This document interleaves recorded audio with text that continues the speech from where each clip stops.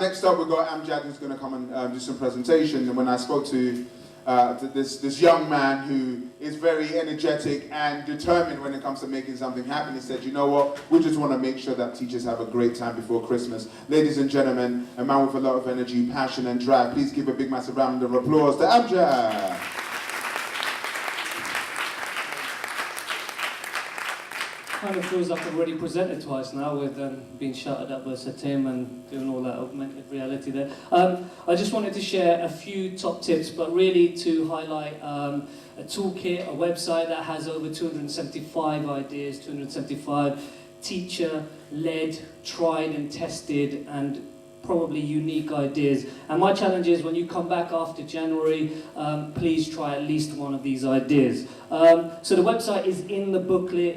If you just Google Cheney Agility Toolkit, it's our school website. Our staff share on this website. Our staff share the activities. So they're not activities that are just dreamt up, they're activities that work and we know are successful. So here are maybe some of my favorites or a couple of new ones. So, marking medley, there's a post, if you search for any of the posts by the title of the slide, they will come up. There's a post on the toolkit called Marking Medley, which has around 15 other posts linked to it.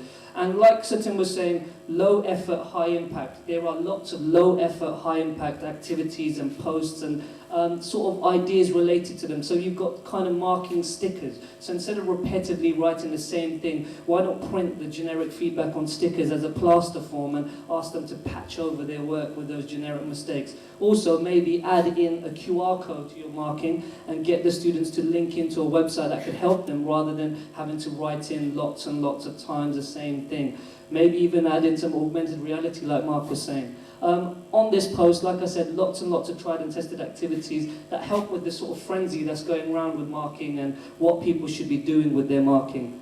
Trendy starter, I use Twitter a lot, I tweet a lot, and something that I brought into my lessons are trending hashtags.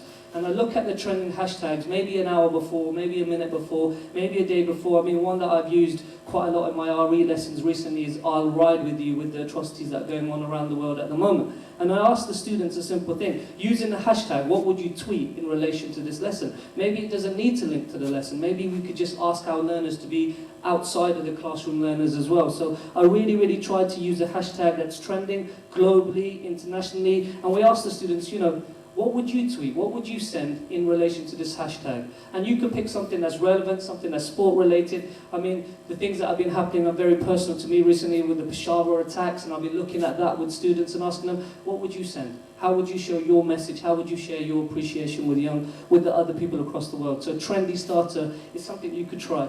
Another idea, they are one of our sponsors, so I do want to plug this, but I found smart wall paint absolutely invaluable. Painting a quarter of a desk or painting a wall. We have a unit within Cheney Plus in which a lot of our students that can't access mainstream education are educated in there. We use a lot of smart wall paint on the floor, on the walls, on their desks, and it really does make a difference with students having that issue of, I don't want to make a mistake, I don't want to let you down, and that's some reason often why young people don't want to start doing their work. So having something on a whiteboard, I know hand-held whiteboard, you could have all of those kind of things, but this does make a sort of personal element, and having the students' personal objectives, personal keywords on the whiteboard is really useful. So do try that. That is a prize I will be handing that out.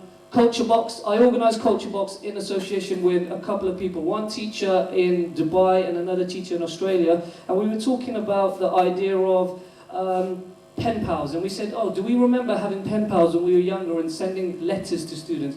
And I thought, why not organise an actual exchange of goods, actual exchange of items? So I paired up teachers across the world and I asked them to simply send a box of culture to another country. So we've opened this up for a sign-up again, it's totally free. All we ask is for the teachers to organise their own packages, but it's been absolutely phenomenal. The response, we've paired up 60 schools across the country, 6 different nationalities, and the students have benefited invaluably from learning about different cultures, learning about what's happening.